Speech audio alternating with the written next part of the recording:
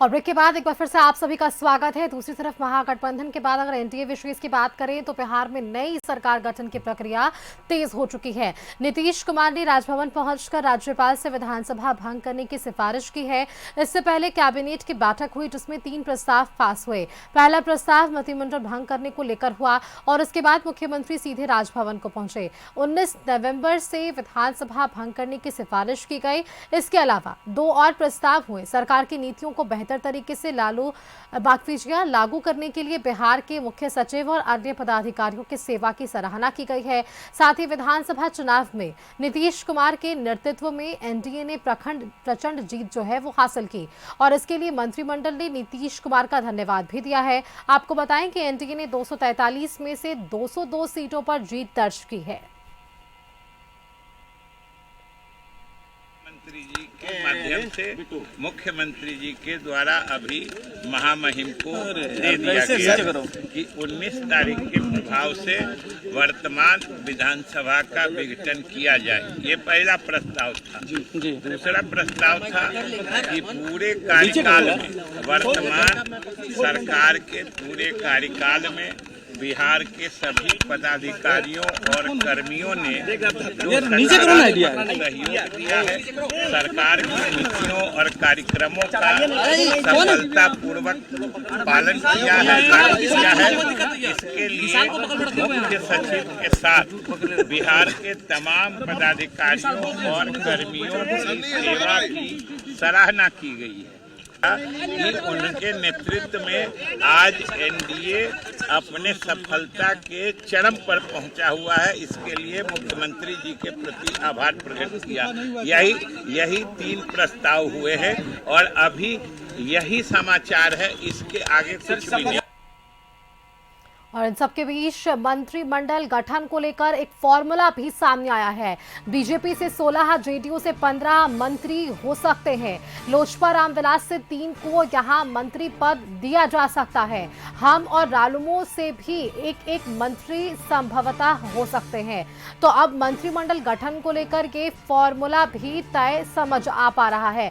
इसी खबर पर हमारे साथ विशेष संवाददाता राजीव रंजन जुड़े हुए हैं। सीधा उनका रुख करते हैं। राजीव जी, अब तक की जो प्रक्रियाएं थी वो सामने आ चुकी है। नीतीश कुमार ने मुलाकात भी कर ली और विधानसभा भंग करने के लिए तारीख भी दे दिया गया। अब सबकी निगाहें शपथ ग्रहण पर है, लेकिन इन सबके बीच ये भी जरूर चर्चा है कि आखिरकार वो कौन सी राजनीतिक पार्टी जिन्हें सबसे ज्यादा मंत्री पद जो है वो दिया जा सकता है। एक फॉर्मूला तय किया जा रहा है। इस फॉर्मूले के आधार पर एलजेपीआर को भी 3 मंत्री पद देने की बातें कही जा रही है राजीव जी, लेकिन क्या अंदर खाने से जानकारी?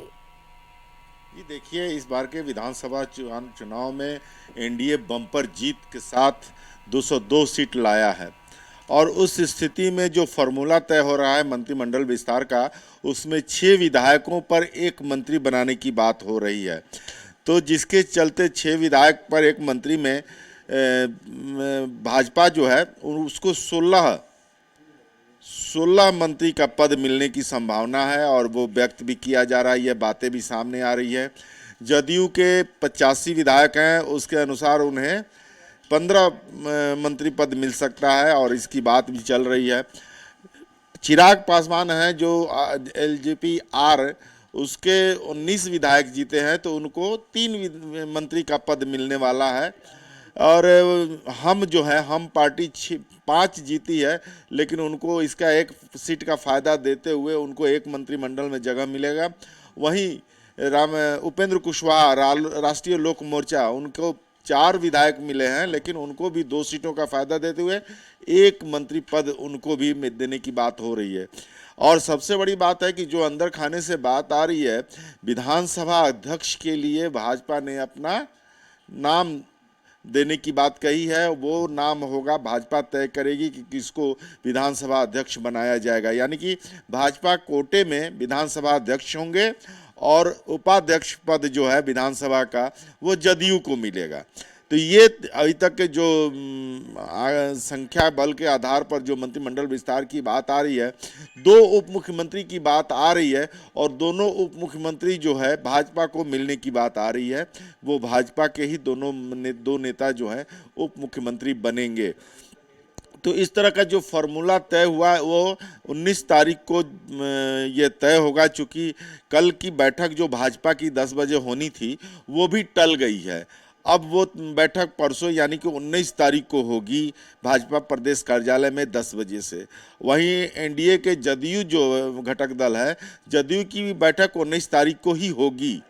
तो ये एक बड़ी बात हो गई है और 19 तारीख को ही मुख्यमंत्री को नेता चुना जाएगा, यानी कि एनडीए गठबंधन की बैठक होगी, विधानमंडल की बैठक होगी, उसमें नीतीश कुमार को नेता चुना जाएगा और 19 तारीख को ही मुख्यमंत्री राजभवन जाएंगे और वो अपना इस्तीफा देंगे और 19 तारीख को इस्तीफा देने के बाद नए मंत्रिमंडल गठन के लिए अपना जो विधानमंडल दल का प्रस्ताव होगा जिसमें उनको नेता चुना जाएगा, वो पत्र सौंपेंगे कि मेरे साथ 202 विधायकों का समर्थन है और 243 विधायकों में 202 का समर्थन है, इसलिए हम सबसे बड़ी पार्टी हैं और मैं उसका नेता चुना गया हूं, इसलिए मुझे मुख्यमंत्री पद का शपथ दिलाने के लिए तिथि और समय तय किया जाए, ये मांग करेंगे राजभवन जा करके।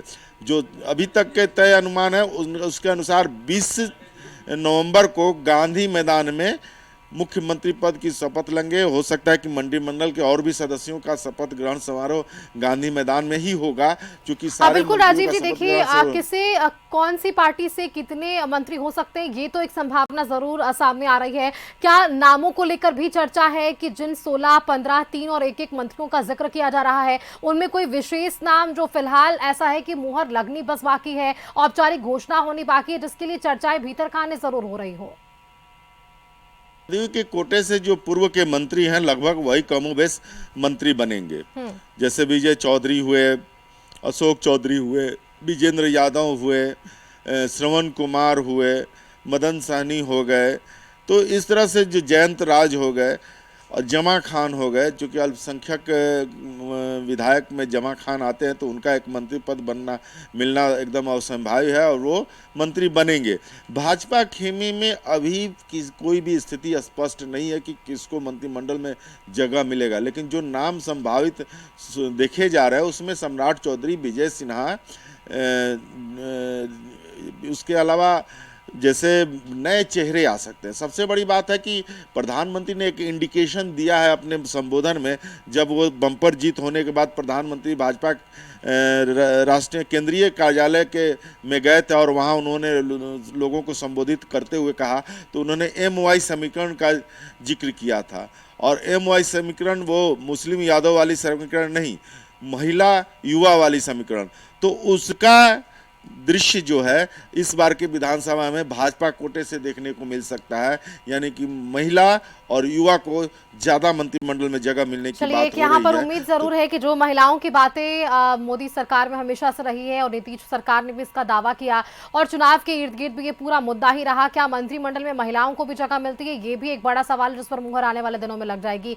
बेहद शुक्रिया राजीव जी आपका हमारे साथ जुड़ने के लिए, तमाम जानकारियां आपने हमारे दर्शकों तक साझा किया। इस बीच